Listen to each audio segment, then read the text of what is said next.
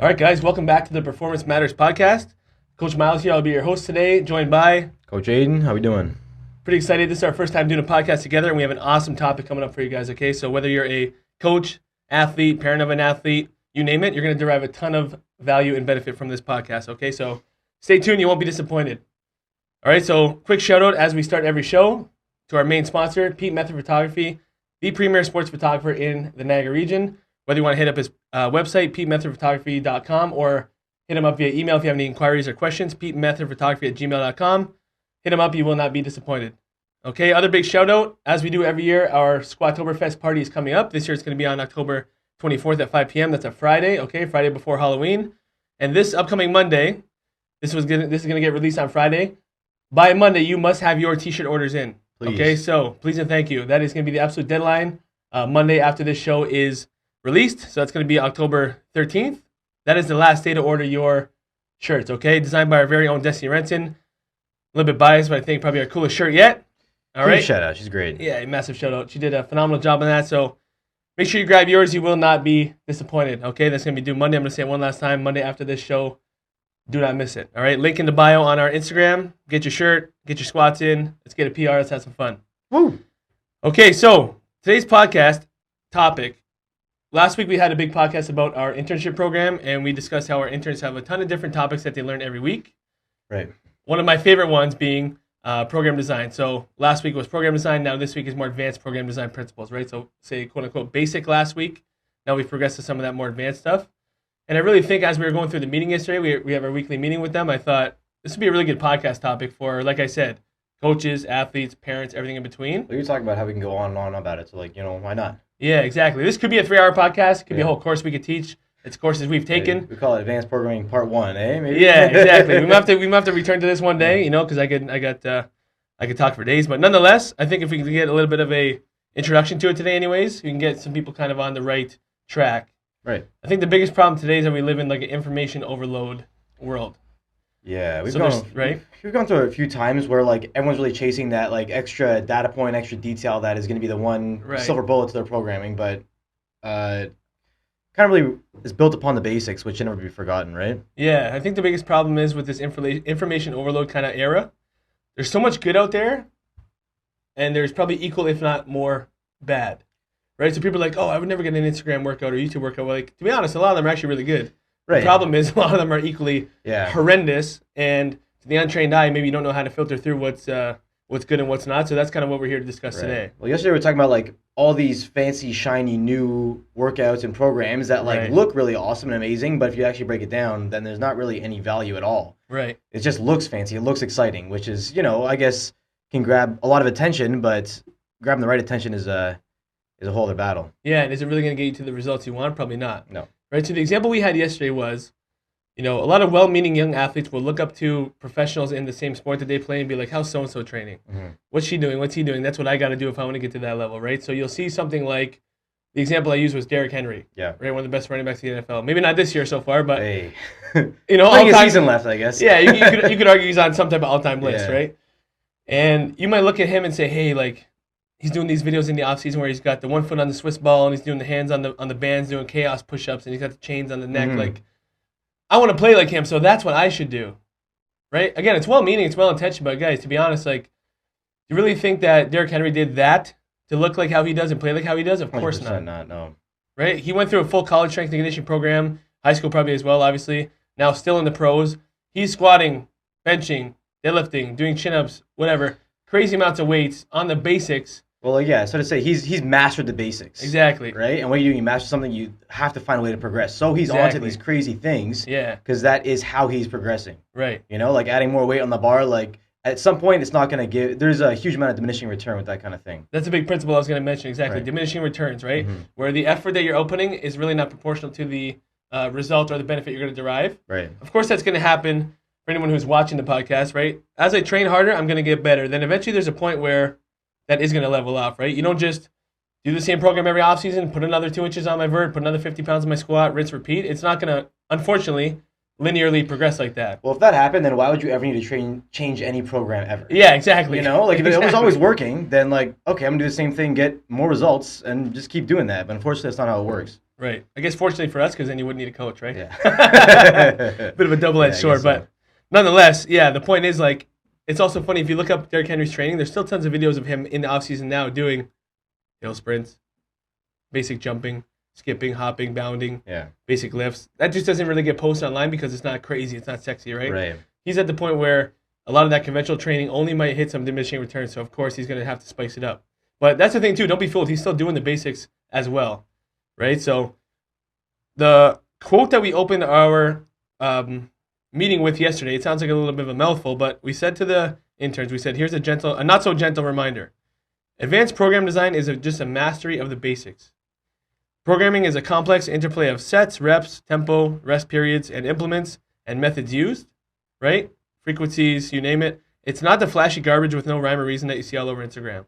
Okay, so you see a guy like Joel Seaman standing on a Bosu ball with the cable around the neck while he's doing a quarter squat while he's got some band on the side. Like, that is not going to give you any results. Yeah, look out. Like, again, it's shock value, right? It's hype. He applies a lot of these methods to people who are already at the level that these young athletes want to be at, so they think, okay, hey, that's what I got to do. Right. But in reality, two things. A, that's not what they did to get there. B, a lot of athletes are as good as they are at their sport in spite of their training, not because of. Right. Right? And that can be a tough pill for people to swallow, but that is the reality. Right? So I think the biggest thing we want to get across is that anybody can write a program, everybody can write a plan, but not everybody can write a program. True. Okay, so this is something that we talked about yesterday with the interns as well. It's one thing to be able to write a training plan that looks good on paper that, for the most part, is your best, most educated guess of what's going to work based on the resources and information you have available. But then you have to actually breathe life into it, and that's where the plan kind of comes in. That's a bit of a quote from Aaron Osmus, but right. And then I think we go over pretty much every time is explaining the why behind of every selection of exercise, rep, set you're doing is, okay, why was that put into this plan? Why was this put into the program? Right. And if they can't really verbalize why they're doing something, then there's not really any place for it in that program. Absolutely. The way we've tried to design the internship program is, like I said, when I say last week was basic program design, what I mean by basic is, can I even write a sensible training day? Right? Follow the principles of fast to slow, big compounds down to isolation, longer to shorter rest periods. You name it. We have about 10 commandments, so to speak, of that they should follow. That was last week. Coach, really. Those are like you said, basics. Yeah. If you can't write a one-day workout session, of course you can't write a program. Right. But now, again, that's a thing. At some point, we're obviously not just writing workouts, we're writing programs. So it's not only like in isolation, this is a good workout session in and of itself. It's how does it become congruent with the rest of the week, with not only the in weight room stressors, but everything outside as well, whether they have practice or other training sessions. How does this program complement and never take away from some of those outside stressors? That's really, truly the program. Right. That's where the program comes in. So I think I got to give the interns a shout out. I think they're starting to understand kind of, we put them through the case studies every week, like we mentioned last week, and they'll go around the room to Coach Matrix, Coach Aidan, myself, and they'll ask, like, well, how would you have addressed this hypothetical case study? And oftentimes it's funny because I think at first it was frustrating. We would each give maybe a slightly different answer. Right? The principles are few, but the methods are many. So we're all on the same line of as far as what principle it is. But maybe a different way that we might get there. And we might, like, well, to your point, like, we might not always agree on something, you know? And like, not to say one person's wrong. But like you're saying, different methods, but we're all trying to ultimately come to the same result. Right. So the funny thing with the interns sometimes now is I'm finding that, they'll ask, like, well, what is the right answer? And you'll give an answer, Matrix will give an answer, I'll give an answer. And there is one right answer. Yeah, exactly. It depends. Exactly. Yeah, it depends is the only answer. That was actually awesome yesterday with Coach Connor there on the floor. But it's funny how we'll all have a lot of time a similar principle in our answer, but the method we use is different. And I think the first couple of weeks, the interns would look and say, you give your answer, Matrix gives his, I give mine. Then they go, well, which one is it?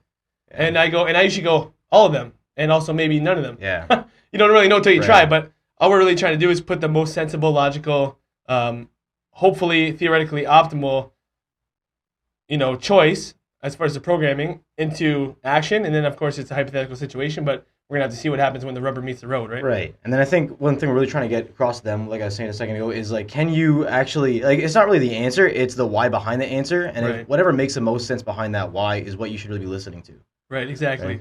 And then equally, being fluid enough to say, if this doesn't work on the fly, I'm going to swallow my ego and I'll change it. Right.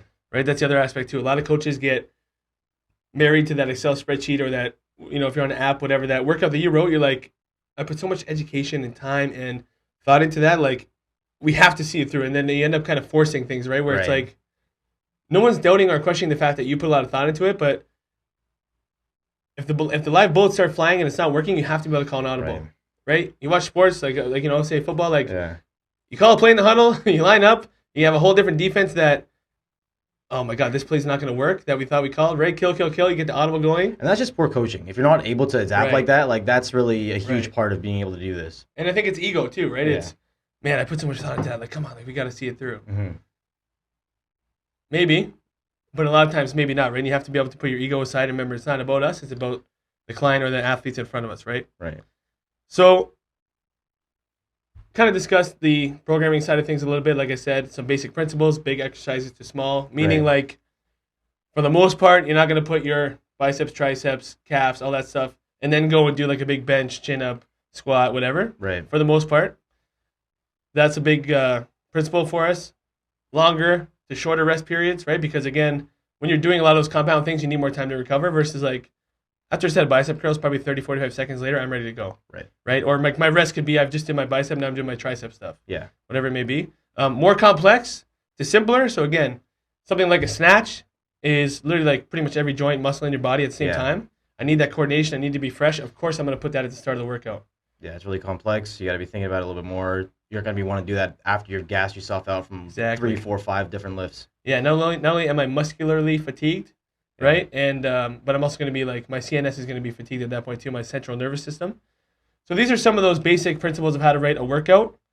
Then it comes to, okay, how do I write a program that's actually complementary? And then how do I periodize it? So I think that's the biggest problem too, right? How do I get into what they would call phase potentiation, where it's like, I have a program now that I already kind of know or think I know what's coming next month or next mesocycle. Right. And how is what I'm doing now going to set me up for that? So I kind of want to discuss a couple very basic periodization concepts and just to give people like kind of a bit of a picture, bit of an overview. Exactly. Just so they can be more involved in this conversation, right? Yeah, and I just want them to realize how much thought there is that goes into it, right? You see these facilities, kids go in and they do a little workout on the whiteboard, and it's like, in isolation, that's probably not a bad session. Mm-hmm. It's probably not going to make you worse, but your coach is doing you a disservice because there's really no vision for where you're going and what you're building to, because you don't even know where you're coming from. Right. I guess that mindset is coming from, all right, I have this athlete for this one day. Yeah. Okay, but we want to have these athletes for, their season, their entire career, so we got to plan for that kind of thing. Exactly. So just a couple, just so we can kind of speak the same language, just a couple different periodization concepts or models that we might use. We might use something like what's called block periodization, where the training program is not fully exclusive to one quality, but it's very focused. So like, hey, this is a strength block for the next 3, 4, 6 weeks, whatever. Mm-hmm. Most of what I'm doing is strength work. Maybe I have a little bit higher rep accessories. Maybe I'm still, of course, doing some power work at the beginning of my sessions or speed stuff. But for the most part, I'm doing strength stuff. Yeah. Right? And then maybe there's going to be something like a conjugate approach, right? Or concurrent, where throughout the same week or microcycle, I'm training all the same quality. So there's some speed work, some power work, some strength work, some endurance work, some repeat effort work, all throughout the same week. Right? Then there's obviously, if we're in season, something like what we would call agile periodization or being hybrid, which is able to adjust depending on a very chaotic season. Yeah, right? We have 2 days, 3 days out from a game. You have game day lifts. Like, these things change all the time. Sometimes they might be sick or they're not really fired up for the lifts. Okay, we're gonna switch. Like we said, kind of adapting, throwing an audible out there, and changing exactly what our intent for the day is. Right, exactly. Oh, I had this perfect plan, but coach added extra conditioning because we took a couple penalties last game. Coach wasn't happy, so we finished practice with a bunch of conditioning. Now the guys come to you or the girls come to you and they're crushed. Mm-hmm. Okay, well now maybe my power session doesn't really make sense because they're not going to get anything out of it. Yeah. Like how you said before, you're not going to snatch at the end of workout. Mm-hmm. It's the same thing when they just came to you right from practice and they've been cooked by some conditioning stuff, right? Exactly. So those are kind of going to be the 3 main periodization styles for now, just to keep it simple. Right. And then how we actually progress them can change as well. So something like block periodization, you could go like what we call linear, right? Being early off-season, higher volume, lower intensity. Accumulation, Exactly. That switches as we go towards the competitive season. Mm-hmm. So like Aidan said, we might have like an accumulation phase, which is your higher volume, accumulating practice, accumulating reps. Then maybe something like intensification, where intensity is the main driver of adaptation. So now we're kind of hitting those strength aspects. Yeah, lowering the volume a little bit. Exactly. Naturally, you're going to have to lower the volume because the weights are so heavy. Right. And then taking all that strength and skill and turning it into power might be like what we call a realization phase at the end. You might also do something like undulating periodization, where you have longer time. Say I have a football season or off season, 8 months. I don't really need to be at my most powerful in March, arguably. Yeah. So maybe I do something like accumulation, intensification, back to accumulation, back to intensification, right? Undulating, which literally means wave-like, back and forth, back and forth. And then if I have sprint camp, then maybe I throw in a realization phase, or of course, right before training camp, a realization phase. Mm-hmm. That's going to be more of that undulating periodization, where it's not just linear and high volume, low intensity, and then switch as I go. Yeah. And actually, one of the interns brought up a great point about this yesterday with this topic in mind was, like, let's take swimming athlete, like, let's say they're doing that kind of undulating periodization for most of the year, and then they approach a big meet, or like they have 2 weeks of heavily competitive competition, and they have to meet that realization phase right before, right? Exactly. Like, I think that's a good point, where we always want, interns will ask us, like, well, what periodization scheme or style should I use for this athlete or that athlete? And we say, well, start from the sport and work backwards. Exactly. Okay, so you have hockey or basketball. We're going to play 6, 7, 8 months a year, depending on what level you play at, or even more. Yeah. That off-season and that in-season are going to look vastly, wildly different than the swimming example, who has like 2 big meets a year. Yeah. From what the intern was discussing with us, right? Like, of course, it's going to look way different. Like I said, football, 8, maybe 9-month off-season, depending. Right. That's, of course, going to look way different than a lot of time we have hockey. Off-season is like 12 weeks if we're lucky, right? And of course, it depends how deep each team goes into playoffs. So the biggest thing we want to probably do is take what we know, start from the end, and work backwards. I need you to be prepped for this training camp on August 15th. Today is, April 30th. Right. Let me start at August 15th and what I think I need you to be doing then and work back. Again, being flexible and knowing that I might throw this whole thing out if we don't see what we need to see throughout the training process, but at least you need to have a plan and a program and a roadmap. Right. So that you can kind of set yourself on the right track to set up for success, right? So listeners out there might not understand a lot of these terms, different periodization, block, conjugate, undulating. What I just kind of want to get across is the fact that I need you guys to realize how much thought really goes into this. Yeah, there is a plan. There's a plan coming from day one to the very end of your season, or like even beyond that, actually. But there is, whether it's not planned out day by day, there is a process to every single day you come in here. Exactly. We went into the game thinking we're going to run the ball.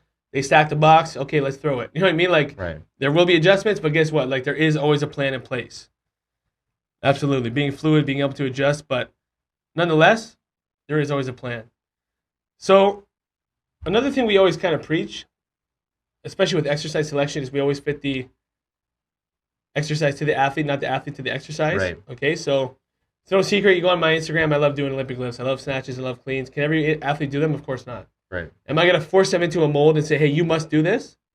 No. You're going to fit the exercise to the athlete. Okay, we're going to do some type of variation or something else that can still provide a similar stimulus, check the same box, but be much more user-friendly, right? And the same thing kind of goes for the entire programming realm. It's not just exercise selection, but it kind of goes for every aspect of programming, like I mentioned before, with what we're looking at with volume, frequency, exercise selection, like I mentioned, intensities, whatever it may be. So what do you think are some of the main benefits of us in here having our semi-private model where we're actually able to individualize for people? Like, what do you think is some of the benefit that they get from us taking that athlete-centered approach? Well, you can really focus on what the athlete is good at and bad at. Like, if you take a team approach to it, you kind of have to fit everybody into the same mold. Yeah, play the averages, really, right? Exactly. And this is, like, it's poor to say, but we kind of have to fit the athlete to the plan. Even though we can make modifications and adjust, with our semi-private model, we can really see, all right, what are you good at? What are you bad at? And we can plan an entire off-season, in-season based on that, attacking their weaknesses, making what their strong points are even stronger. Right. That's a good point. Yeah. A lot of time with teams, you have to kind of plan for the middle of the pack, right? Knowing that the middle of the pack athletes, and when I say athletes, it has nothing to do with what they do on the court and on the field. This is just training age. Yeah. Right? You kind of have to plan for the middle of the pack so that those that are on the lower end will hopefully get elevated to that middle of the pack level. Hopefully the middle of the pack athletes will work really hard and derive a ton of benefit from the program as well. And then those advanced athletes, because you know they're going to work their tail off, they're still going to get benefits from it, right? Right. If you just program for the most advanced athletes on the team, it gets tough because a lot of the other ones it's not that they're not trying, but they might just not be ready for some of these stimuli you're trying to throw at them, and then you're going to end up doing more harm than good, right? So I think a big thing with us is doing different athlete profiling here that will actually allow us to, again, make better decisions and then just hopefully be less wrong. This is something we preach with the interns. Right. They're like, what's the right answer? I'm like, 10,000 hours I'm in coaching, I got no idea. Yeah. Right? I can tell you how to probably be less wrong and decrease your chance of failure, but I cannot guarantee you that this is going to work or not work, right? Because there's so many factors outside of the training room that will affect the outcome of the program. Right. So some of the things we like to look at, a lot of it is going to be ratios. And I love how you said trying to eliminate or reduce some weaknesses, but also still capitalizing on strengths. I think some people go so far on the weakness side that they kind of forget, like, certain things make this athlete good. Connor was talking about it yesterday in the meeting. Mm-hmm. Certain things make this athlete good. I can't just abandon those things. I got to keep hammering those as well because they're obviously good for a reason. I'm just probably trying to get rid of some of these weaknesses so that I can amplify the strengths even more and hopefully keep them healthy as well. Right. And then it goes back to kind of the whole topic of this podcast is that whole plan, that programming is when to do each of those things. Exactly. Right. And that's, I think, it can apply to both team training and, say, private individual training. Right. So that's like if you ever heard the analogy of I think it's like the mechanic with the hammer. Right. And you pay I paid you like $2,000 and like you did two minutes of work. Like, right. You're not paying me for the time. You're paying me because I know where to hit. Yeah. That's kind of the thing with using assessments and trying to objectively, again, shrink your margin of error and be less wrong over time. A lot of it is going to be kind of ratio based, I would say, right? So different things we might look at might be something like dynamic strength index. Okay, so we're comparing your outputs on IMTP or essentially we're standing on the mat and pushing against an immovable object. Mm-hmm. So something that is static, comparing it to something dynamic like your counter movement jump. Right. And we can see the ratio there to be like, okay, this athlete is this strong, but they don't access it nearly fast enough or vice versa. Typically, they're going to fall into one of three buckets. Right. Do they need more of a ballistic-based or power-based program?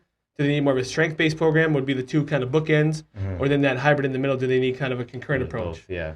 So that's something that we might be able to look at. Instead of just saying, classically, sound like a caveman, early off-season volume, late off-season strength. It's probably going to work. I'm not saying it's not going to work, but can we have a program that works even better in the time we have? Shrink the margin of error, be efficient with our time. That's what we're trying to do with some of these assessments, right?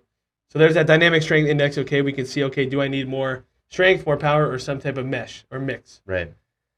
Another one might be what we call the strength deficit. Okay, shout out to Tim Karen for this concept. Taking their squat jump, which is their jump on the force plate where they come from a static position, comparing it to their counter movement jump, spitting out a ratio that we call the strength ratio or strength deficit, I should say. Right. And saying, okay, based on the sport this athlete plays, is there a good ratio between these two jumps, yes or no? So you want to kind of dive into maybe some applications of that? Yeah, well, really, you're kind of looking at whether this athlete is truly muscular-driven or elastic-driven in that scenario, and then you can plan on, like I said earlier, what you want to attack first. Usually, when we're doing this stuff, depending on the phase they're in, going after what they are weakest at first, and then as they get to more important phases deeper in the season, you want to go after what they are stronger at. So, based on the results we're getting from that ratio difference, we can really see on what we're focusing on, and more importantly, when we're focusing on it. Exactly. So, and it all comes back to the context of what sport does this athlete play and what do they need. Right. So if you have a big deficit or a big gap, I should say, between your squat jump, which is again your static jump, and your dynamic jump, which is your counter movement jump, that's not necessarily a good or a bad thing in isolation in and of itself, right? Mm-hmm. A big gap would indicate that you probably are pretty springy. Right. Okay, so then you think about the sport you play and you think, well, is that an advantage or is that a disadvantage? Cool. So if I play something like volleyball, if I compete in track and field, I probably need to be pretty springy. Yeah. I need to be really good at using that stretch shortening cycle. So if you think about it logically, when I come from a static position, I jump okay. But once I get that momentum of that counter movement, that stretch shortening cycle, I jump way higher. For those sports, volleyball, certain positions in basketball, like I said, track and field, that's great. Yeah. If I'm an offensive or defensive lineman, okay, even in hockey, I would argue, because a lot of time you're coming from, like, the dynamics of the ice are just not the same as a court or a field, let's say, in a sport like soccer. For sure. You don't want a big gap because it means that there's a bunch of power there that you personally don't know how to harness. Right. Okay, so classically, I think when we started looking at eccentric utilization ratio, which is just another word for strength deficit, it was like big gap, good, small gap, bad. Again, there's my caveman impersonation. Right. It's not that simple. Right. Right. If I have some of my old linemen whose squat jump is higher than the counter movement jump. pretty funny, but it's not a bad thing. No. Right? Because that means they're really good at what they need to be good at. They're not good at using that stretch shortening cycle. They don't get to use it on the field anyway, right? Something like wrestlers, yeah, they want to be springy, but they have a lot less room to work. Personally, I would rather see them have a smaller gap, right? So it's like just taking one deeper dive. Even in volleyball, you could argue if you're playing more in the back row, maybe you don't need to be as springy because you got to attack balls and dive to balls now versus doing a big approach jump if you're playing more in the front row. Like, it's all open to interpretation, but I think, again, I just want to kind of emphasize some of these thought processes that go into, it's not just a whiteboard, an athlete workout, a football workout, a hockey workout. Like, we can do better than that, and we do better than that. The next ratio we typically like to use is the speed ratio. Okay, so again, or speed index, you might say. So, just for example's sake, this is not real, but anybody listening, let's say Aidan and I had the same 20-yard dash. Okay, I shouldn't be dissing him like that, but let's just say, for example's sake, and we're both 3 seconds. Right. Easy math, okay? If we take that 10-20 split, so we know how long it takes me to get from 0 to 10 and then 10 to 20, and we compare, even though we have that same 20-yard dash of 3 seconds, we might get there differently. So if my first half is like 1.4 seconds, but then from 10 to 20, I'm 1.6, so arguably I slow down. Yeah. I'm really good at getting off the line, but then I don't have that power. Yeah. Transitioning to that speed. I probably need more speed work in my program versus you. Let's say you're 1.6 out of the gate, and then from 10 to 20, you actually speed up your 1.4. Maybe you need some more heavy acceleration work, sled work, strength work, whatever it may be. So again, even when it comes to speed, it's not just the strength, the weight room. Even with the speed work, we can really use the resources we have available to us as far as speed times and comparisons and ratios to determine, okay, what speed prescription is going to make your 3 seconds faster versus mine. Right. And like all these are kind of just painting a better picture so we can do what we said earlier, match the program to the athlete, you know? Exactly. Like if we get all these data points, all these numbers, all these quantitative values. Exactly. To actually see, all right, what does this athlete truly need? And then we can fit it based on, let's use that example you just had, making certain exercise selections to better improve their strengths. Right. How many lenses can I add on top of this program to look at it so I can minimize my likelihood of error? That's the best. That's best case, best practice. That's what we're trying to do, right? So the other two, I mean, again, we can talk about these all day. The other two I really want to come over is kind of structural balance and strength ratios. Okay, so pretty cool concepts. Again, not perfect, but they're not meant to be. Right.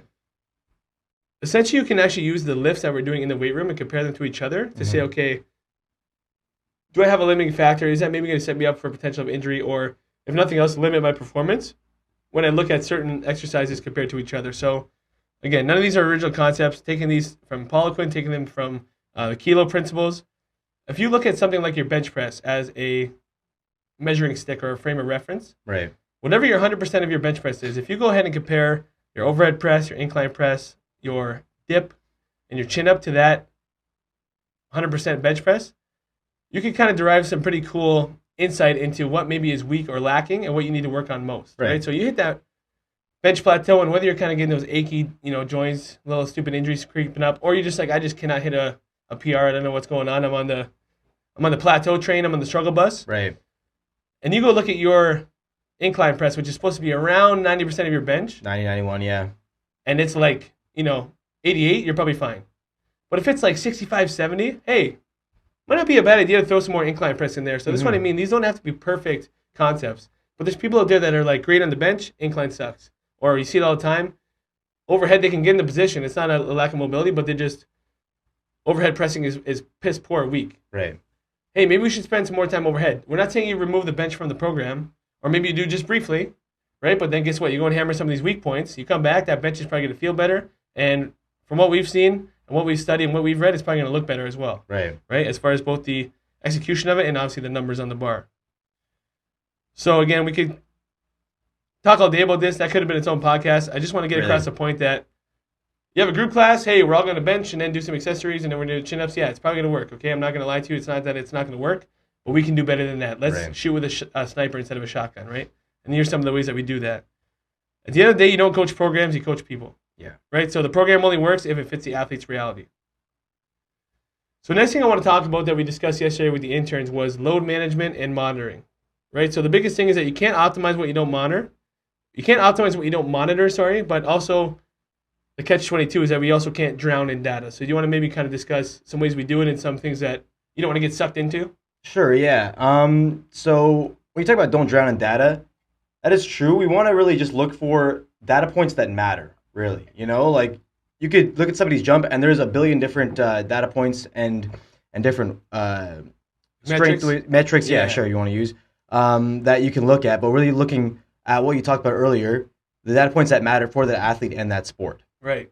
Okay, so we do that by measuring their strength deficits, like you said. We do that by looking at on the force plates, on their sprints, on things like that. But we can also measure things internally as well, like their RPE, for example. Like a lot of time we'll use that kind of arbitrarily, and it is subjective. Right. And then also one thing that we also like to do is something that really can't be measured is just talking to the athletes and seeing how they're doing that day. Right. That really gives you a good sense on how, I don't know if you like to use the word ready, but how ready they are to perform on that day for that program you've written. Right, absolutely. There's got to be a good balance between objective and subjective feedback. Because we use a lot of pretty cool objective tools, but some listeners might not have access to it. Again, if you're a high school athlete out there, I want you to be able to take some benefit from this podcast and be like, force plate's cool. Don't have one. Am I screwed? No, of course not. Right? But there has to be a balance of objective and subjective means, right? Qualitative and quantitative to kind of help guide the process. So the thing is, like you said, and like we discussed yesterday, we can look at a couple different auto-regulation strategies or measurements of fatigue, I guess, to kind of see, is the program working, yes or no? You're not going to be fresh every day. Right. In fact, as we know, there is, we don't overtrain, but there is planned overreaching that will hopefully lead to future progress in all these metrics that we're trying to develop anyway, right? So if you're just fresh all the time, you're probably, that's the thing. If you're training to just be fresh all the time and just not have any deficits on your jump ever, like you're probably not training hard enough to actually make any progress. Right? If it's off season. Okay, so that's kind of the funny balance we want to strike. Like there's times where the kids will come in and they'll jump and their counter movement jump is down like 7, 8, 10%. And I'm like, oh, like, they see the red on the vault thing and they go, oh man, but in my head I'm like, okay, good. Like we're pulling back the slingshot right now. Like that's the point, right? Fatigue, mass fitness, as we know. So nonetheless, some things we can use to monitor fatigue are going to be their jump heights.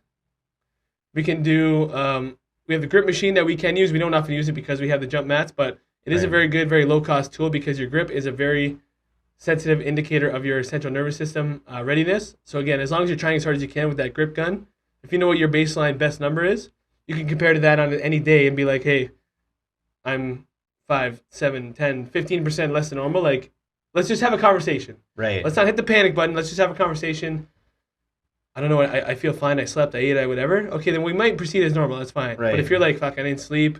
I didn't eat anything. I got broken up with. Had a hard test. I think I probably failed. And that's where you honestly might learn more. Exactly.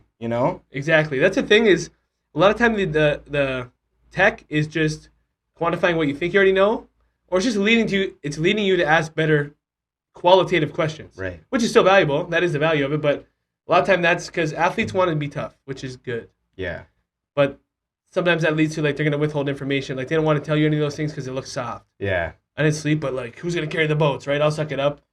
Right. All well and good until like no, but those things might actually really affect you negatively today. Yeah. Right. So sometimes we can sound the alarm bell a little bit with some of these numbers to at least guide us to have a conversation and ask questions.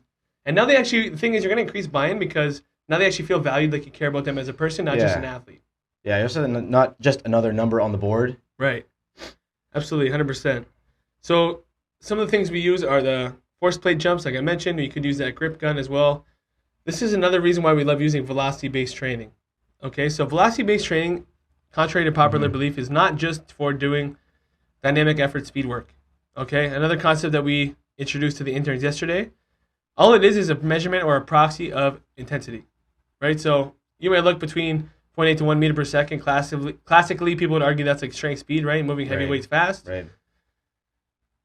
It's good for so much more than that. If we're looking at like absolute strength, depending on the lift, you're going to be somewhere between 0.2 at the low end, meters per second, up to around like 0.5 meters per second. Right. So we can use something like VBT to prescribe, okay, instead of saying we're doing 3 sets of 5 to 80%, that'd be a very hard workout, but for most people it should be possible. We can say, okay, 80% correlates with whatever, 0.4 something meters per second. We're going to hit 3 sets of 5 today where your first rep or two of the set are 0.44. That will automatically auto-regulate for that day what the load should be. Yeah. Right? So that's a really cool objective tool we can use to figure out what the bar load's supposed to be in our big lifts. Right? You're not going to do that in a bicep curl or calf raise, but on our big lifts or big main compounds, that's something that we can look to use to augment our training. There's literally one thing you really have to say is move that bar as fast as you can, and then that will tell you how hard they're going in that training session. Right. Yeah, that's the thing. It requires full effort. That's a hell of a point. Yeah. Because a lot of time I think with these technology, these tools, the caveat is that the kids or the athletes or the clients have to be trying as hard as they can. Right. Right? So, like, that's kind of the thing we've gone back and forth on is, should we even jump them every day? Because sometimes it just becomes so routine, so mundane that, like, maybe we're not getting their highest effort. And not that they're not lazy. Not that they're not trying. But it's easy to just feel like you're just kind of on the hamster wheel, checking the box. I'm just jumping. Yeah, exactly. The argument the other way from Matt Jordan, who's a big educator and proponent of force plates, he's like, in the military, they don't just put the radar on when they think like, hey, we might have somebody trying to infiltrate us. Say, let's put the radar out and see what happens. Like, no, it's on every day. Right. So that if anything comes up, like we're never getting blindsided. So I think, weighing the two sides of it, I think that's the side we've taken is, let's jump them more often.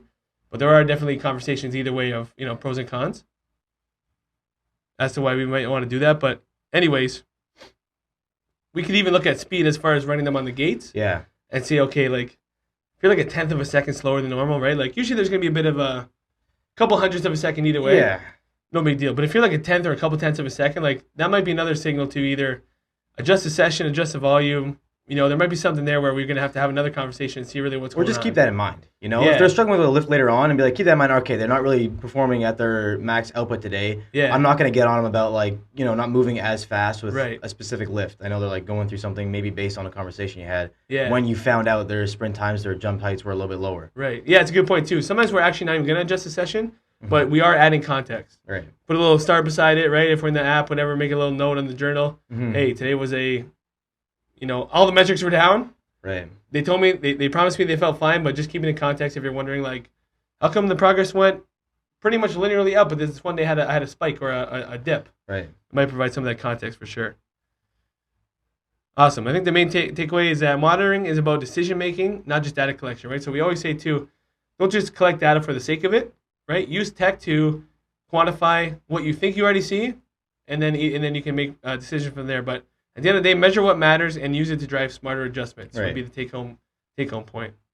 And if nothing else, for kids out there, again, who may not have access to this stuff, you should be journaling, okay? If you have your workout program, you should be journaling every day. What you ate, how much you slept, how much you drank, and then you do your workout. At the end of the workout, write down how it went, right? Because over time, you're going to find trends. It sounds funny, but when you, at a certain point, you're going to, let's say you had like I'm just making this up, green, yellow, red at the end of the workout for like if it was good, okay, or bad. Right.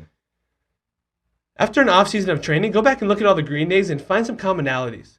Okay, this is a low tech. All you got to do is buy a $2 notebook at the dollar store, and you're going to see, okay, every time I had a green day, I slept 8 hours, I drank 3 liters of water, I ate this much food, this much fruit, around this much an hour before or after my training, whatever it may be. Right. You're going to find commonalities where you can be like, okay, like, I'll never get it perfectly right, but I can start to minimize my risk of error because every time I had a 6-hour sleep, I trained like shit. I like that too because it's honest, like there's no point in lying to yourself. Yeah, and it's you versus you. Yeah. Right? Like if you have a shit day, then like you're writing down, I had a great sleep, like who are you lying to? Yeah, exactly. Like why would you even say that? And then you can look back on it and be like, okay, like I know why I felt like that on that day. Right. And you know what? It's funny too because it teaches you how to be accountable and it teaches you how to be aware and reflective of your process, right? Like that's how I started actually just lifting in general, like write everything down. That's what like any coach will tell you is like as much as we're trying to collect key data points, like if you're trying to just collect information, then why not? Right.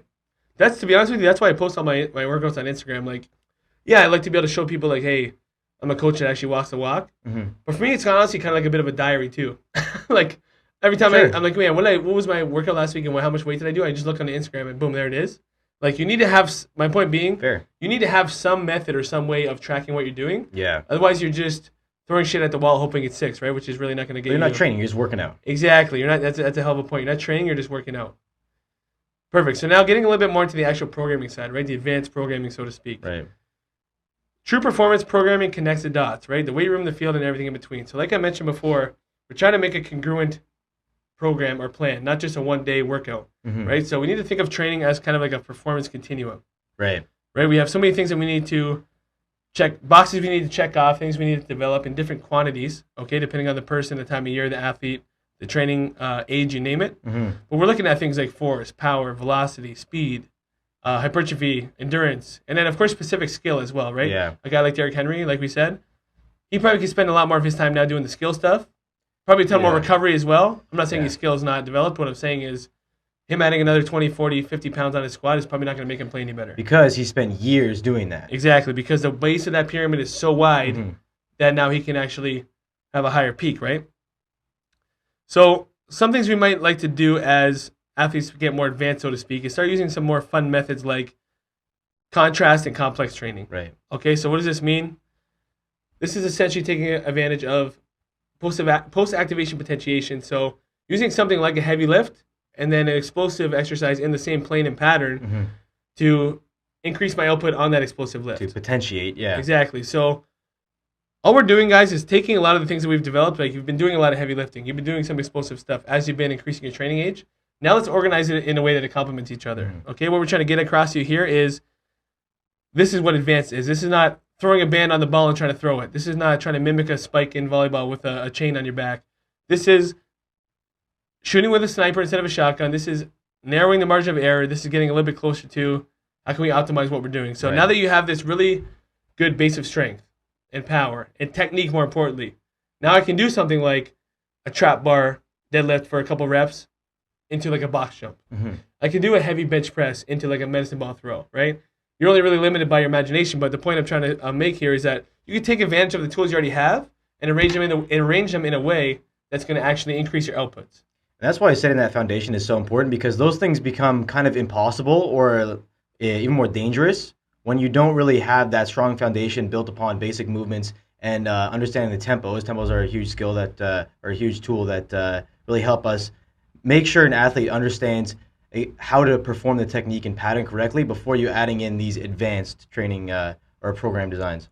Exactly, and you need that's a hell of a point. You need a base level of strength, and you're going to need proficiency in the actual technique to actually derive any benefit from them. Same thing, like we love using, say, accommodating resistance, whether it's chains or bands or both on a bench press, right, or a squat or something. If your max bench is like 100 pounds, and we're doing like dynamic effort work with like 50% bar load plus like 20% accommodating resistance, whatever. Right.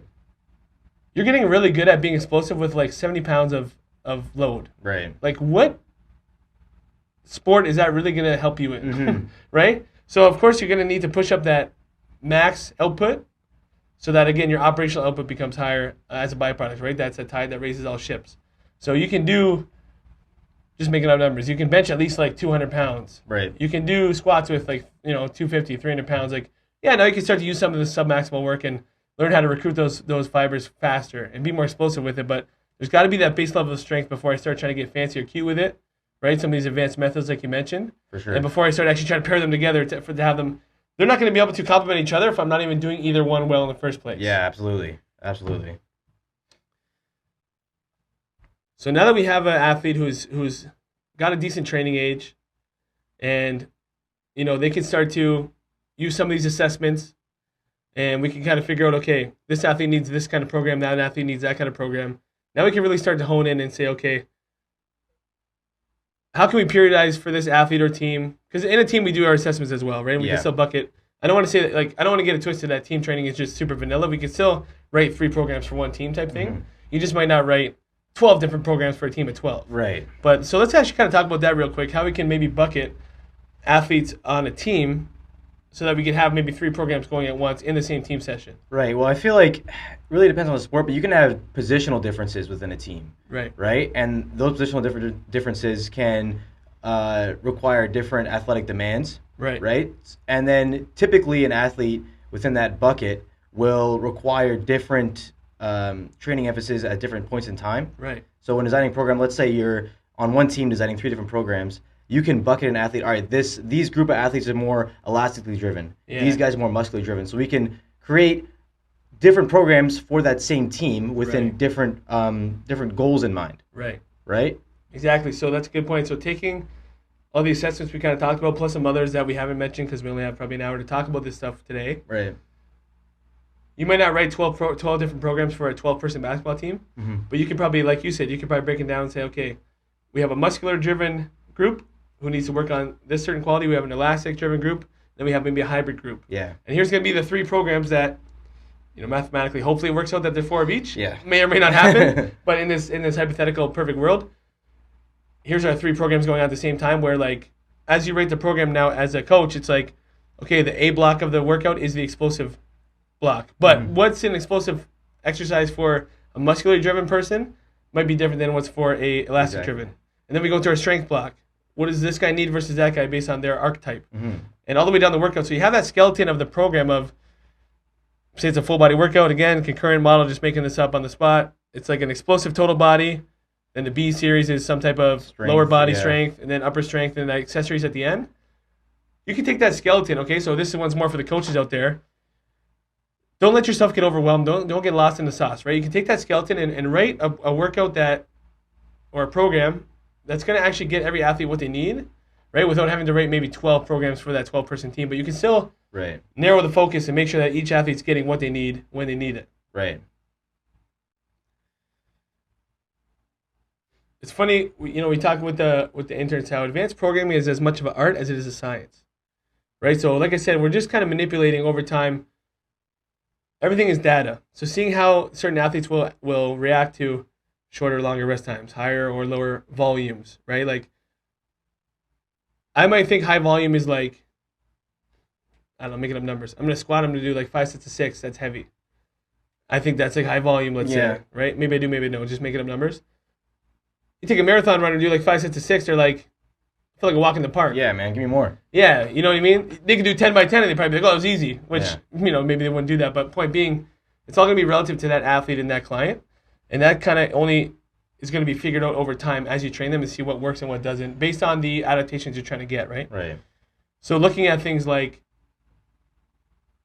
volume, frequency, right? For some people, it's like, man, like my squat's not going up no matter what I do. You don't need to maybe do some crazy variation, banded this, eccentric release or that. Maybe you do, maybe you don't. But maybe you just got to squat a second time in the week. If you're like a once-a-week squatter, right? Hey, man, maybe do like twice a week, right? You have more time to practice that skill. You have more frequency. You reduce the risk of having, man, if I only have one squat day a week, I got to be perfect on that day. Right? What if I didn't sleep well? What if I didn't eat or drink well? Right. But fuck, it's Monday. I got to squat on Mondays. And then that session was a write-off because unfortunately, I stayed up watching Sunday Night Football and, eating the chicken wings and doing whatever. But Monday I got to squat. Coach said squat day. So now guess what? I just missed a whole actually performative squat day. Exactly. An opportunity to actually make my squat better, practice the skill, develop the ability versus I have multiple days a week. There's a physiological aspect and there's also the practicing aspect and the skill aspect, right? That's why I love a lot of these programs like Omni Contraction or Tier System where it's like full body throughout the week multiple times. Right. Because even if it's not a back squat 3 days a week, it might be like back squat one day, front squat one day, Zercher one day. Yeah. Back squat one day, safety bar one day, split squat one day. Like, it's still a squat. You know what I mean? So you have multiple opportunities to practice not only the physical and physiological outcome, but the skill itself. Right. Right? So advanced programming is really just using all the assessments we've talked about and then also all the factors that go into programming. Someone that their bench is stalled, their squat is stalled, whatever it may be. I've never done tempo work ever. Start varying the tempos and see what happens, right? Start looking at how to prescribe, based on the max lift. This is like a common Louis Simmons concept. Based on where they might fail on the max lift, maybe they need more accessory work there. Okay, so if you look at us 3 coaches on our staff, it's pretty cool because they say we all have like pretty different body types. Yeah. Okay, so you know what I mean? Yeah. Different enough, especially let's just say me versus you or me versus Matrix. Way different body types, right? He's a shorter guy, but like his arms and legs are like super long. Yeah. Okay, ironically, like I'm taller than him, but like my limbs are shorter, proportionate to me. So it's like when I do a squat, let's say, I'm probably going to get a lot of quad focus. Right. Because I stay very upright. Right. Because my femurs are not crazy long. Versus Matrix, like, yeah, he's a shorter guy than me, but his femurs are super long. Yeah. His squat is going to look slightly more hinged than mine.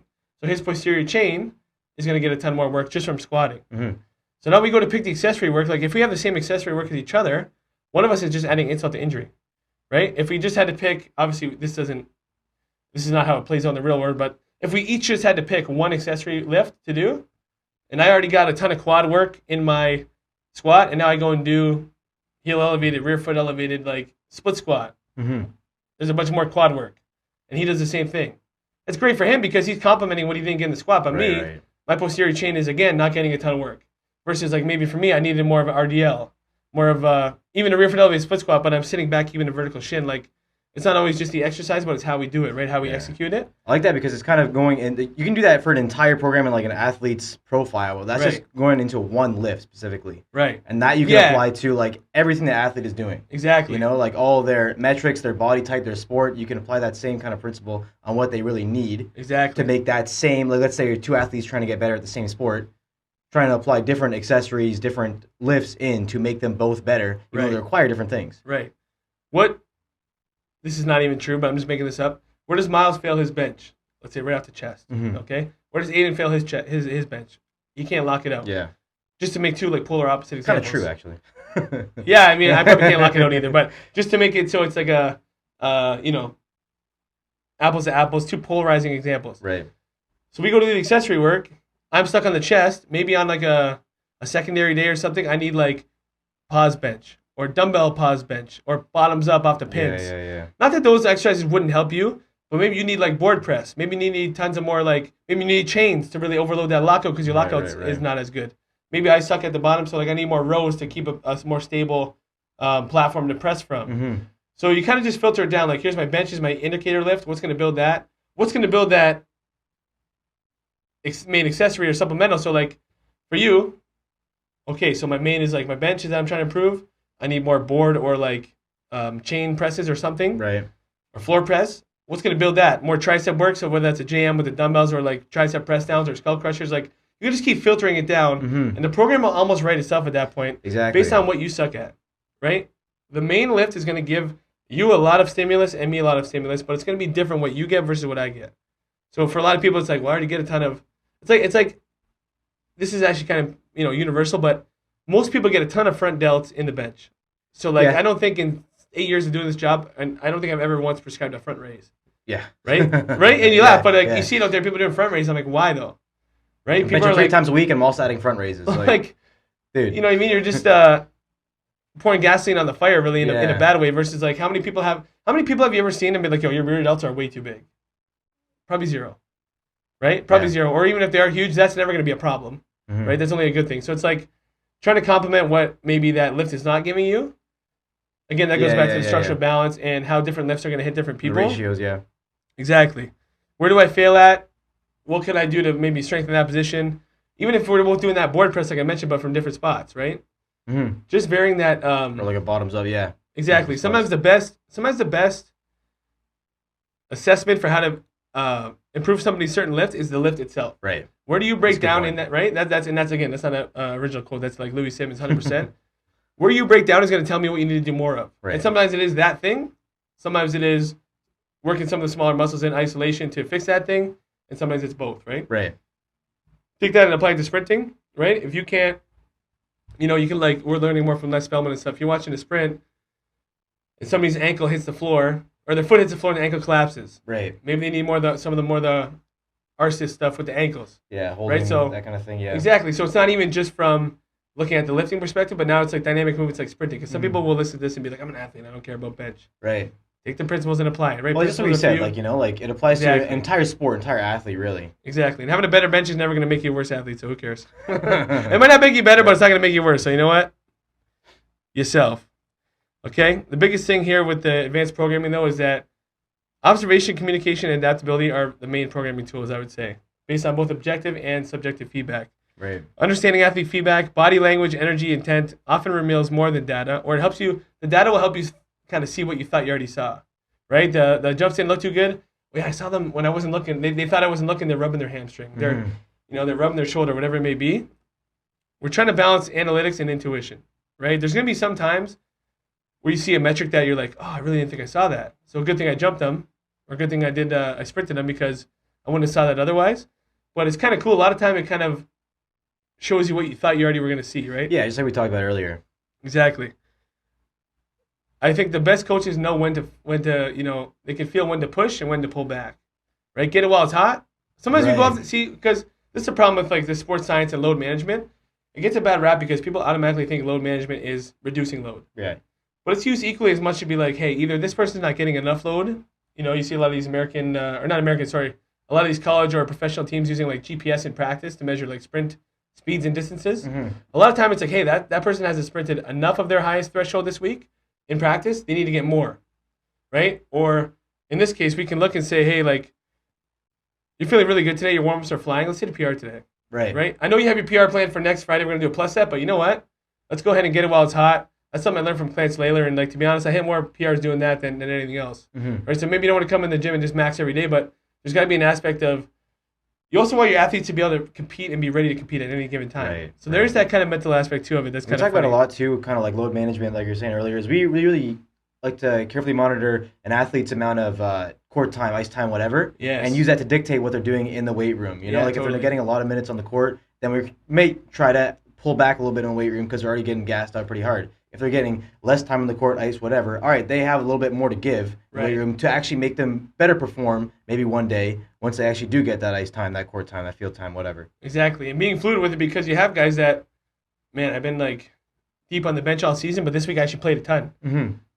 This week you're going to get the high minute guy workout plan because you earned it, so to speak. Yeah. Because your ice time, court time necessitated it. Right. So even though you like, that's the thing too is not just getting stuck in like, well, that's that low minute guy. Yes, but this week he actually wasn't though, or she wasn't though. Like they were actually a high minute guy or girl this week, so like we need to adjust accordingly, right? Mm-hmm.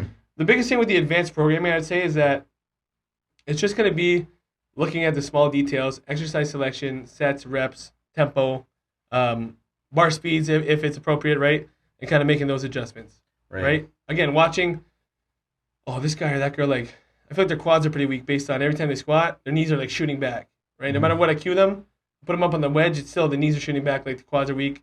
We're going to put them maybe on like a Zercher. Right. We're going to put them on some type of heels super elevated with like a safety bar or front squat, whatever it may be. Like, that's the advanced level. The advanced level is the fact that you've taken the time and the thought process to try to fix someone's problem in front of you. That's what's advanced about it. It's not the fact that it looks fancy and they're on some crazy balancing ball crap and they got a chain hanging off their waist and something. That's not advanced.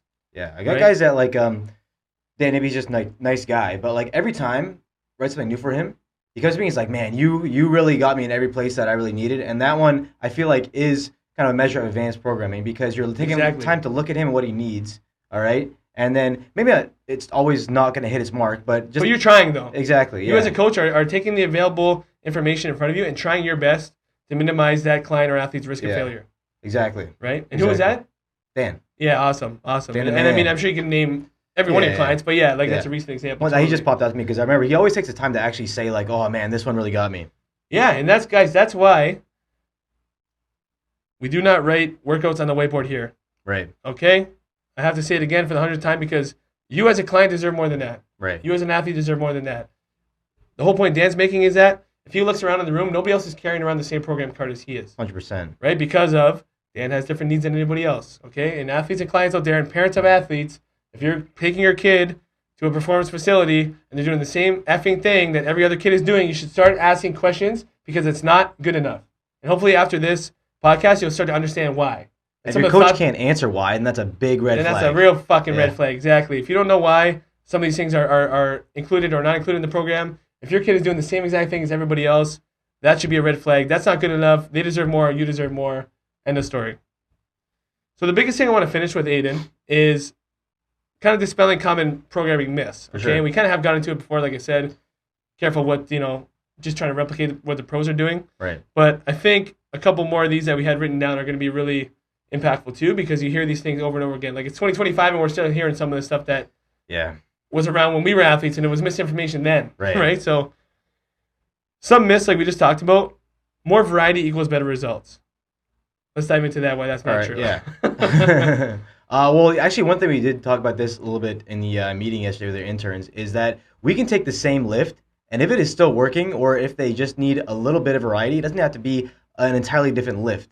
All right, you can take the same. Let's say you're taking bench press. All right, they've been doing it for years. All right, you add a different tempo in there. Right. That is variety. Yes. You know, it doesn't be a whole new exercise changing everything the athlete already knows or the client or whatever already knows. Right. All right, instilling a little bit of variety that way can make a world of difference. Yeah. So if you take a lot of those programming factors, sets, reps, tempo, range of motion, right, implement or tool, angle, mesocycle to mesocycle. Coaches out there, athletes out there, if you program yourself, just change one or two factors. Mm-hmm. I think that's the biggest thing we were talking about, and the interns seemed to have a bit of a nice light bulb moment with that was, I don't need to go from one lift to next month I've changed all those factors because the thing is too, like when you're trying to collect data on an athlete and see what works for them, you change all those things in the program either really works or really doesn't. You don't really know why. Exactly. Right? Exactly. So I have an athlete doing, making this up, 3 sets of 5, full range of motion, barbell bench press, 2-minute rest, this percentage or bar speed, whatever. All the factors are accounted for.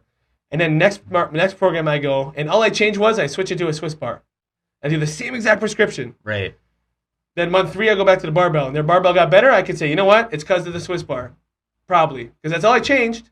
So maybe they had weak triceps, and maybe that thing helped them train a little harder with the triceps, or maybe they were having shoulder pain from getting beat up by the straight bar. Taking some time off the straight bar maybe allowed them to heal up, and boom, fatigue mass fitness, fatigue's gone, they come back, hit the straight bar, it's up. And that's where the programming comes in, because we're not planning for that month, we're planning for 3 months down the line, we're trying to figure out how to make them better within this amount of time we have. Exactly, and then the rare case where it didn't work, I can say, okay, you know what, the Swiss bar maybe is not for them, that's okay. Right. It was an educated guess, it didn't work, I have the humility to be like, you know what, we're going to try something else.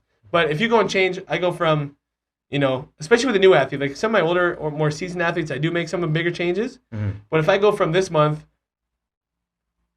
again, 3 sets of 5, heavy, flat, barbell bench press.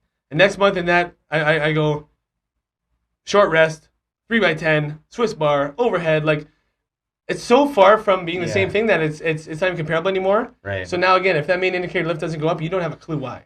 Exactly. That's what I was going to say in a minute is just when you're changing that one factor, you can easily, more likely than not, explain why you're changing that one thing. Right. Whereas if you're changing multiple different factors and tempos and lifts and all that, it's hard to explain why you made all these changes. Right.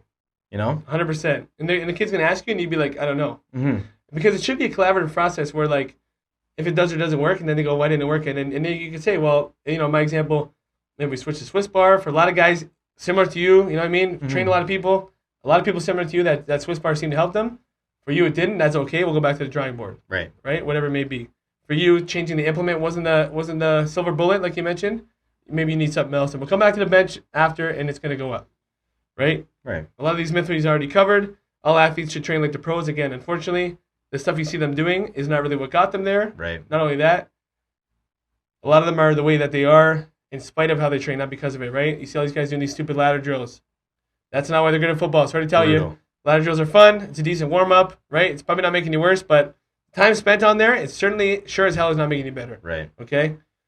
More data equals better programming, as we've discussed, of course not. The biggest thing I like is a quote from Will Fleming, the book about VBT for weightlifting, and he said the VBT device needs to become a coach in the room. It's not the coach, and that applies to the speed gates, the force plates, you name it. How many times, again, if you're watching, you'll kind of see my example here, but how many times we talked about it in the internship yesterday meeting,